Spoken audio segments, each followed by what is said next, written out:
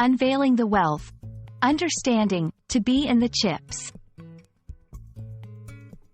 Hello, everyone. Welcome back to our channel where we dive deep into the fascinating world of the English language. Today, we're exploring an intriguing phrase that you might have come across, to be in the chips. It's a colorful expression that paints an interesting picture of wealth and prosperity. So, if you're ready to enrich your English vocabulary and sound like a native speaker, stay tuned as we unravel the meaning and usage of this phrase. The phrase, to be in the chips, is an informal idiom in English. When someone says they're in the chips, they're not talking about being surrounded by potato chips or poker chips. Well, not directly, at least. Instead, they mean that they are experiencing a period of wealth or financial prosperity. It's a way of saying someone has come into a good amount of money, often more than usual, and is enjoying the benefits of that financial gain.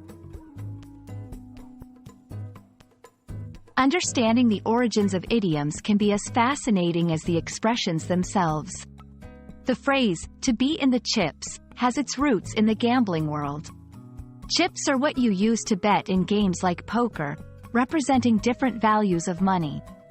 Being in the chips meant you were winning, holding a lot of chips, and by extension, a lot of money. Over time, this gambling expression transcended its origins and became a popular way to describe financial success in general life, not just at the gambling table. Now that we know what it means and where it comes from, let's see how to use to be in the chips in everyday conversation. This phrase is perfect for informal settings, such as chatting with friends or in casual storytelling. Here are a few examples to get you started. After investing in that tech startup, he's really in the chips now. I heard she won the lottery and is in the chips. Good for her. If this business deal goes through, we'll be in the chips for sure.